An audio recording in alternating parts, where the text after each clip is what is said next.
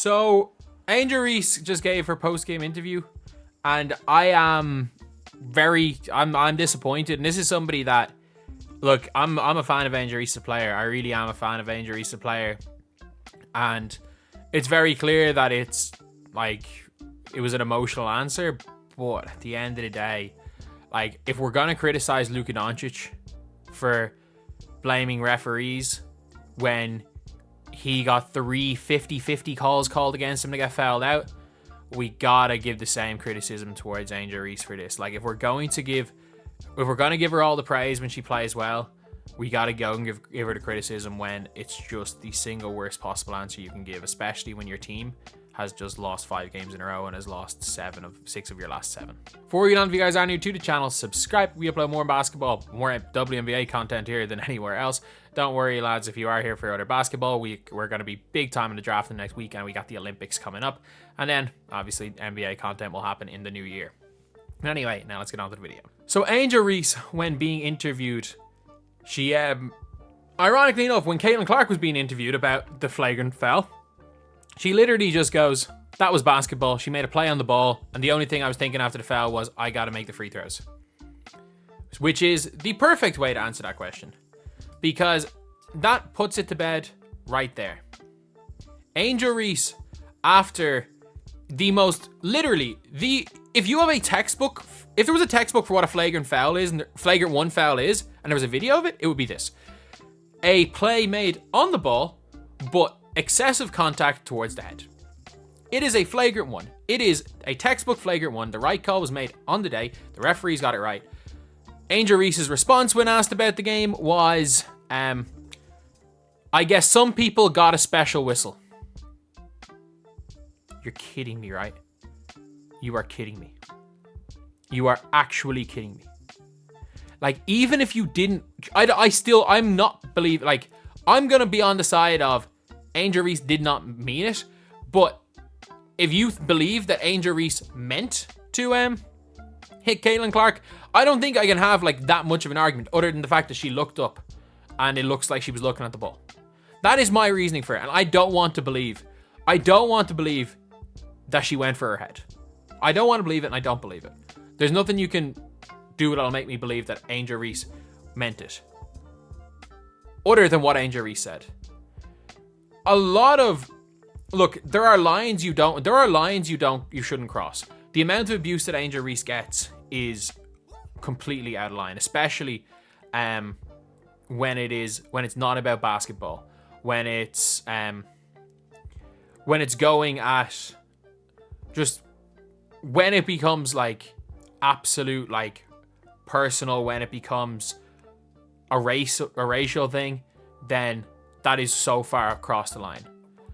But taking all the like politics and the outside stuff out of it, Angel Reese in interviews, if you just genuinely dislike Angel Reese because of what she has said in interviews, I get it. I fully get it. Like, there are people that dislike Luka because of him complaining to refs. There are people that dislike Luka because of some of the stuff he says. There are people that dislike LeBron because of some of the stuff he says. It doesn't really matter. If Angel Reese she just needs to sometimes just not say the first thing that comes into her head, because that is a horrible look. For people saying Angel Reese tried to give Caitlin Clark concussion, she didn't try. I don't think she tried to do it, but she could have. Like, that is a dangerous play. Any hit to the head can be a dangerous play. Look, it's basketball. It happens. It was a basketball play. But look, in life, any hit to the head, you don't know what's going to happen. But to come out and blame the referees and then afterwards say, I actually misheard it. I tweeted out that she said, I still had a triple-double. That's unstoppable. I actually misheard it. She actually said, congratulated Camila Cardoso. So fair play to her for talking about teammates. But then she continued to say, we're going to do whatever it takes to win. We're out here trying to win this and that. You've just lost 5 games in a row. She basically also said, like, oh, these we're not going to be stopped. The referees can't stop us. The referees are not the reason you have lost 5 close games in a row. The referees aren't the reason why you've only closed out 2 games all year. You beat the Dallas Wings comfortably because the Dallas Wings suck. You nearly blew a big lead against the Sparks. You have closed out the Liberty game and the Mystics game where you nearly blew, or where you came back and it was the Mystics when the Mystics literally looked like they were barely a basketball team. And you lost to the Mystics once. You're one of the worst teams in the league. I get it, you're trying to win. But blaming the referees for losing a game when you were completely and thoroughly outplayed is not the way to go. It's not the way to go. This is not like BS fouls. You shoved Caitlin Clark. You put 2 hands on her hips and extended. That is a foul for your 5th foul. You hit her in the head for your 3rd foul. That is a flagrant 1. You cannot complain about the refs, especially after a game when Caitlin Clark had her best game of her career. Got nothing easy from the referees. Heck, when Dana Evans had 2 hands on her jersey and she tried to shake Dana Evans, she got called for an offensive foul. There was nothing, as far as the referee's whistle goes, that was anything in that game.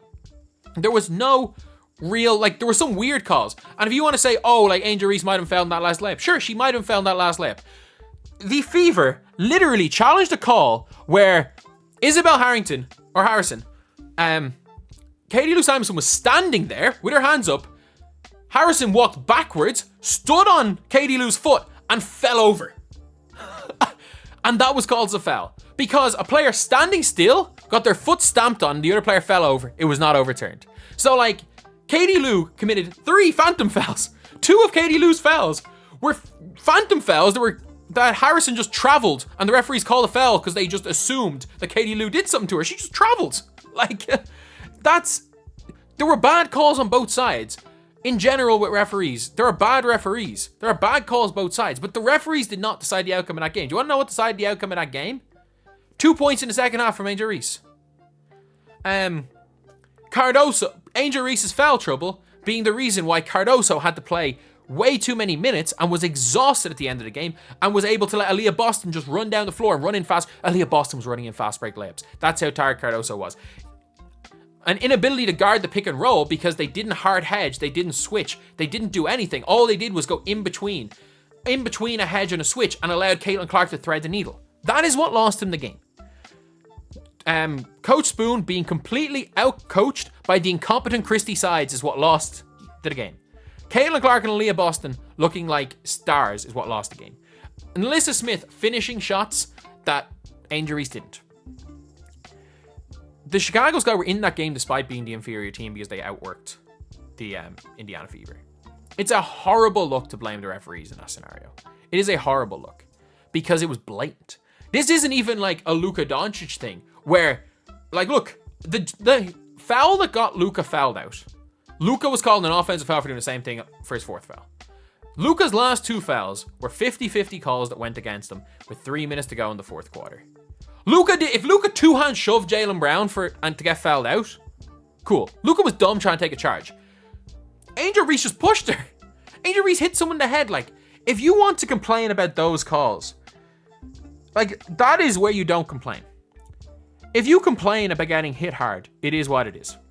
It is what it is. People are still going to dislike you, but there's some logic there.